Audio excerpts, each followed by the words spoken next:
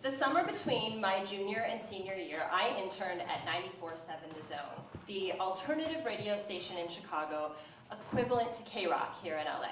I loved music, and I thought it would be a great way to get to go to tons of concerts for free, which it wasn't. What it was doing a bunch of grunt work at state fairs. So to represent the station at promotional events, they gave us an enormously large t-shirt that they said we could cut however we wanted, so long as we didn't cut the logo. Me and my scissors turned this fat man's t-shirt into a tight-fitting, backless crop top. I mean, it was pretty slutty, but hey, it was a hot summer in Chicago, and I was a hot 21-year-old. It was this shirt that got me the interview for the morning show. Their main objective was to find out how I would feel if they sent me to interview bands and then made fun of me on air the next day for sleeping with them. How did I feel about it? I'm 100% okay with it.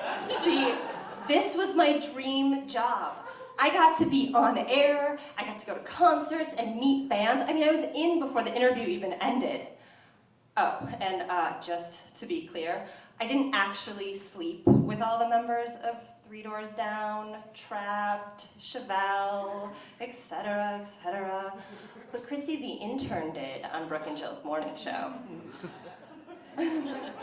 This was the role I was born to play. See, I'd been honing my acting chops, studying the Greeks, Shakespeare, and Pinter. How proud the faculty must have been to have me representing Northwestern University as Chicago's #1 groupie. I was definitely on my way to becoming one of the success stories they put in their alumni mailers when they're trying to get you to donate money. So the job started out pretty tame. I interviewed people in line to audition for The Bachelor. How would you feel if I were the Bachelorette? I would ask all the guys in line, which would result in a lot of flirting and nonsense. I got to go to a couple of concerts and I interviewed some bands, but mostly I did lick it for tickets, which is where I tricked listeners into coming out to parking lots thinking that they were going to lick food products off my body for concert tickets. Only to find out when they got there that they actually had to lick Hershey's chocolate syrup off the naked stomach of a bald fat man named Tom the Phone Lady instead. Chrissy was dumb and slutty, so naturally I became very popular. My photo and bio were online, and I even got asked to sign autographs. I was so taken aback the first time someone asked me for my autograph that I almost wrote my real name. I had never written Chrissy, and I ended up spelling it wrong. See, were there 2 S's, or like, did it end in an IE or a Y? Well, I guess Chrissy never learned how to write her name. By now it was December, and the summer was long gone. I was back at class full-time and getting up at 5 a.m. to do the morning show. And before I knew it, it was Christmas. To celebrate, the radio station was hosting this huge morning concert called Brooke and Jill's Nutcracker, and Anthrax was headlining. If you can't imagine what type of band Anthrax is based on name alone, picture a bunch of fully tattooed men whose claim to fame is that their guitarist has a 3-inch beard growing out of his chin. It was 6 a.m. and the House of Blues was sold out. I mean, packed with men who may or may not have been to jail, but probably had. Besides the band, the other main attraction was a beauty contest of sorts. 10 of Chicago's finest ladies were dressed as slutty Santas, competing for the title of Miss Nutcracker. 9, actually. 1 girl didn't show, which is where Chrissy came in. Having been told ahead of time that I would not be involved in the concert, I arrived at the House of Blues that morning to observe the event as a bystander. This quickly changed as I was handed a Santa outfit of my own, a very small Santa outfit.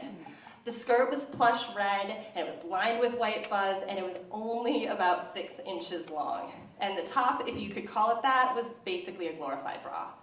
I was about to go in front of 1,300 people with my entire stomach exposed and my ass hanging out. Did I want to do this? No. but Chrissy the intern sure did. This was a big event. Everyone I worked with was there. Every DJ, my boss's boss, even the head of the radio station. Not to mention that the entire event was being broadcast over the air so all of Chicagoland could hear it. I was mortified, but there I was, dressed as Santa's slutty little helper. The competition was fierce. See, there were only 2 challenges to becoming Miss Nutcracker. The first was licking food products off of each other's bodies. I had to lick whipped cream off of some girl's leg. I'm sure that it seemed really sexy to the audience, but she was wearing tights and it was pretty disgusting from my angle. And this food licking pretty much made us equal in the eyes of the all-male audience, but like all real pageants, it came down to the questions. The twist in this competition was that the questions were serious. Very serious, actually, about politics and international affairs and our opinions on recent scientific discoveries. No one would expect these girls to know the answers, but they did. They were surprisingly smart, and they were answering all of the questions correctly. It was a total on-air snooze fest, but I realized that this was my chance to take the entire competition. Chrissy, the DJ said, with Saddam Hussein's capture on December 13th, do you think that diplomatic relations between the US and Iraq could improve? Silence. It was as if time stood still, waiting for my answer. Throwing my hands in the air in the ditziest voice possible, I responded, I don't care who likes my belly button ring. There was a pause, and all of a sudden the crowd went crazy. Hundreds of dirty men were screaming, cheering for me. Chrissy, Chrissy! I had done it. I was crowned the first Miss Nutcracker. I got a sash, a plastic tiara, and I paraded around the stage like the champion that I was.